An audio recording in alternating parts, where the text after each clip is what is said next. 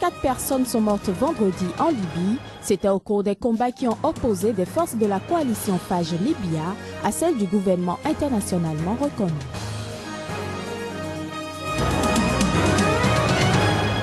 Après le massacre perpétré à l'université de Garissa au Kenya, les proches des étudiants tués attendent leur corps.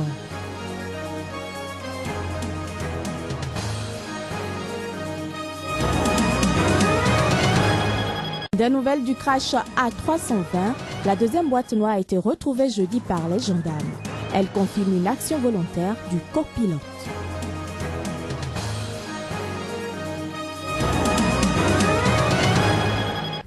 C'était là les principaux titres de cette édition. Bonjour à tous et bienvenue à ce journal. Au moins 4 personnes ont été tuées dans des combats ayant opposé hier vendredi près de Tripoli des forces de la coalition Fajr Libya à celles du gouvernement internationalement reconnu qui a annoncé le 20 mars une offensive pour libérer la capitale. Parallèlement, un employé de l'aéroport de Mitiga a été tué par la chute de roquettes sur un bus du personnel selon une source de sécurité. L'aéroport militaire de Mitiga dans l'est de Tripoli a été ouvert au trafic civil après que l'aéroport international a été gravement endommagé par des combats l'été dernier à l'issue desquels la coalition de milices Fage Libya s'est emparée de la capitale. Plus de 24 heures après le massacre perpétré à l'université de Garissa au Kenya, les proches des étudiants tués attendent leur corps. D'autres n'ayant pas de nouvelles de leurs proches étudiants dans l'université de Garissa se ruent vers les morgues afin d'identifier les corps. Rappelons que 148 personnes ont été assassinées au cours du massacre. Je vous invite à suivre ici les réactions de quelques proches. Donc j'essayais de chercher mon fils.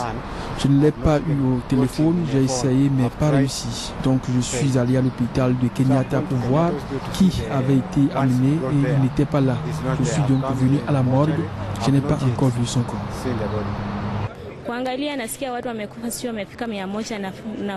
On avait très peur quand on a entendu parler de l'attaque et qu'on n'arrivait pas à la joindre.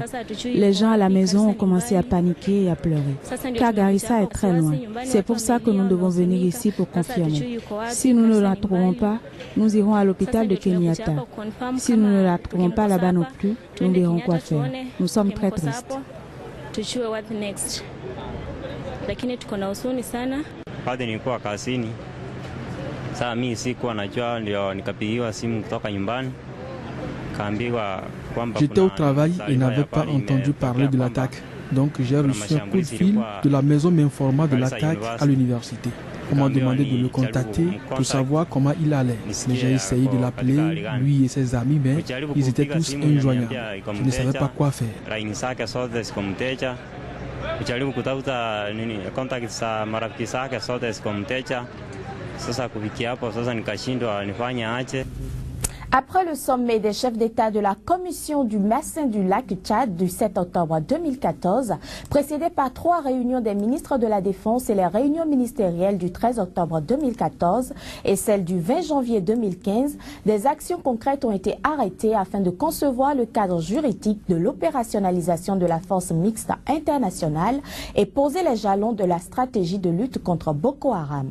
Dans cette perspective, le Conseil de paix et de sécurité de l'Union africaine a, au cours de sa 84e réunion du 29 janvier 2015, autorisé le déploiement de la force. Je vous invite à suivre un extrait du président des experts pour plus de précisions.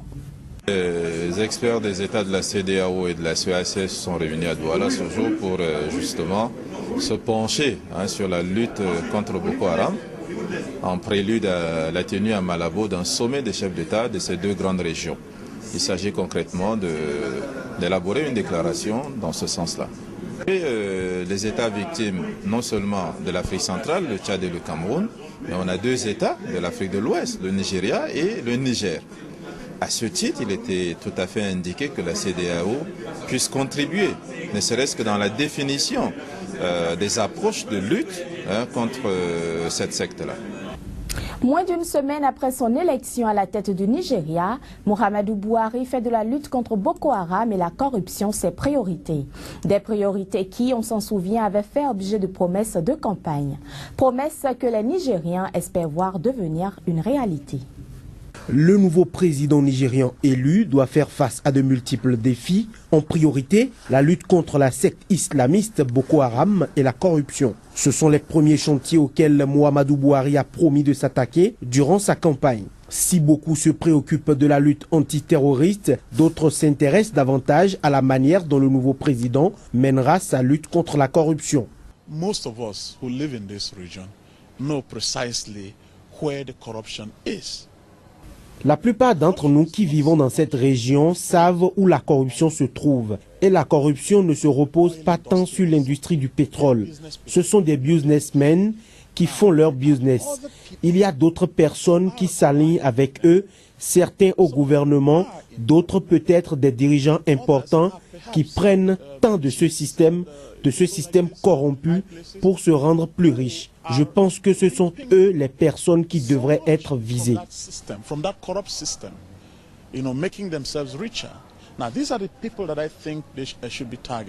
Les populations nigérianes souhaitent que le nouveau gouvernement qui sera installé au mois de mai prochain mette tout en œuvre pour faire rendre gorge aux corrompus qui ont pendant longtemps pillé les ressources du pays. Une tâche qui de toute évidence ne s'annonce pas facile pour le prochain locataire de l'Azoran.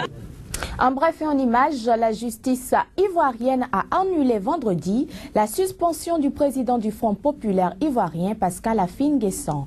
Une suspension prononcée par une faction rivale dans le cadre de la lutte fratricide au sein du parti de Laurent Gbagbo à 6 mois de la présidentielle en Côte d'Ivoire.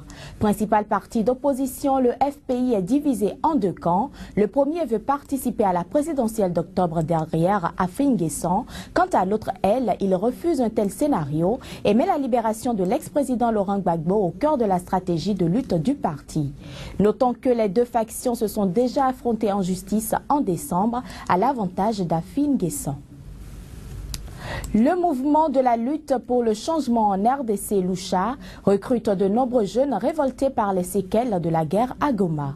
Dans cette région, les populations subissent la plus grande pauvreté et une grande insécurité permanente. Reportage. Ils citent Che Guevara, mais prônent la non-violence. Eux, ce sont les jeunes militaires recrutés par le mouvement de la lutte pour le changement à Goma, dans l'est de la République démocratique du Congo. Ils ont intégré la lucha afin de se battre contre l'indigence généralisée qui frappe la population du pays. Et les grandes choses contre lesquelles nous nous battons, c'est d'abord l'injustice sociale. Et la dignité humaine qui est chez nous étouffée étant donné la situation sécuritaire que nous traversons et beaucoup d'autres choses qui se passent en République démocratique du Congo. Notre quotidien en RDC, c'est révoltant. S'il faudra voir la manière dont vous dormez, une situation insécuritaire, et non seulement notre manière de dormir, l'alimentation en RDC, c'est pas rassurant. L'éducation chez nous, c'est pas rassurant. La lucha se définit comme un mouvement citoyen non politique et non violent résolu à demander des comptes aux autorités. L'un de ses principaux militants, Fred Boma, est détenu au secret à Kinshasa depuis son arrestation le 15 mars dernier. Il a été arrêté au cours d'une rencontre sur la bonne gouvernance et la démocratie en Afrique en présence de 3 activistes sénégalais et un burkinabé. Eux qui seront finalement expulsés par les autorités après avoir été accusés de préparer des actes de violence. Rappelons que la République démocratique du Congo est déchirée par les conflits depuis une vingtaine d'années. La seconde boîte noire de l'A320 qui s'est écrasée en France a été retrouvée par les gendarmes jeudi. Il contient les paramètres du vol et donne déjà des indices sur les zones d'ombre de ce crash. Les images. L'analyse du Flight Data Recorder de l'A320 de la Germanwings qui s'est écrasé dans les Alpes confirme une action volontaire du pilote présent dans le cockpit en vue de faire descendre l'appareil. C'est ce que révèlent les premiers éléments d'analyse du Bureau d'enquête et d'analyse français BEA. Une première lecture fait apparaître que le pilote présent dans le cockpit a utilisé le pilote automatique pour engager l'avion en descente vers une altitude de 100 pieds, soit environ 30 mètres. Puis, à plusieurs reprises au cours de la descente, le pilote a modifié le réglage du pilote automatique pour augmenter la vitesse de l'avion en descente.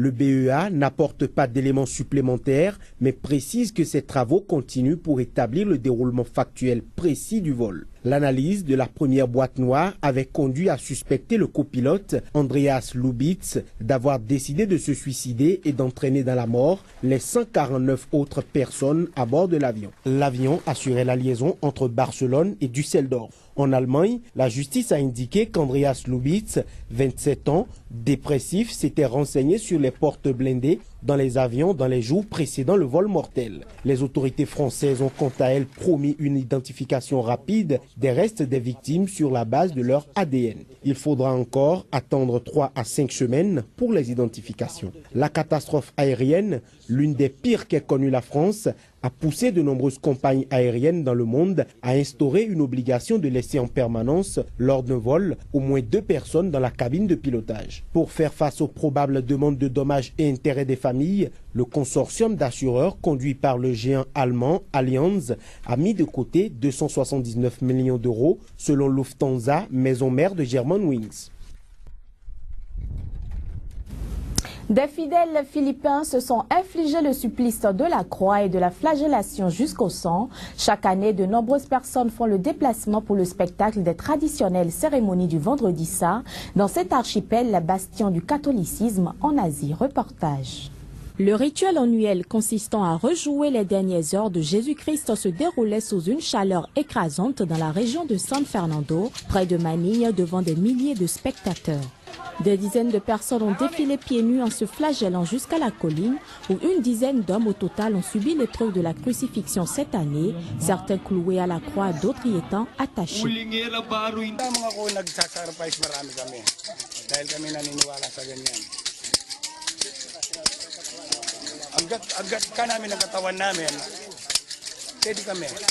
Beaucoup d'entre nous croient à cette forme de sacrifice. Nous continuerons à le faire tant que nos corps pourront supporter la douleur. C'est un témoignage de notre piété.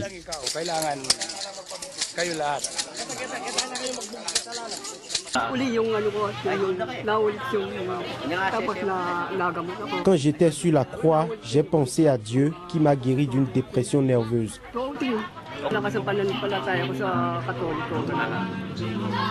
Ma foi catholique est très profonde. J'ai été béni par Dieu depuis que j'ai subi le supplice de la croix pour la première fois en 2006. Je n'ai pas de travail, mais je m'en sors. Les gens m'aident. L'église de l'archipel, où 80% des 100 millions d'habitants sont catholiques, désapprouve cette ferveur extrême, estimant que la foi peut trouver d'autres moyens d'expression. Selon l'archevêque de la ville San Fernando, les actions devraient se concentrer plutôt sur les bonnes œuvres. Mais pour les autorités municipales, les retombées économiques de cette tradition sont les bienvenues. L'année dernière, 60 000 spectateurs philippins et étrangers ont assisté au spectacle et elles espèrent davantage cette année. Rappelons que le catholicisme est arrivé dans l'archipel au XXIe siècle et que le pape François a attiré un nombre record de 6 millions de fidèles en janvier dernier lors d'une messe à Manille. Madame, Monsieur, ce sera tout pour cette édition. Merci de nous avoir suivis et très bonne suite de journée à vous en compagnie de nos programmes. Au revoir.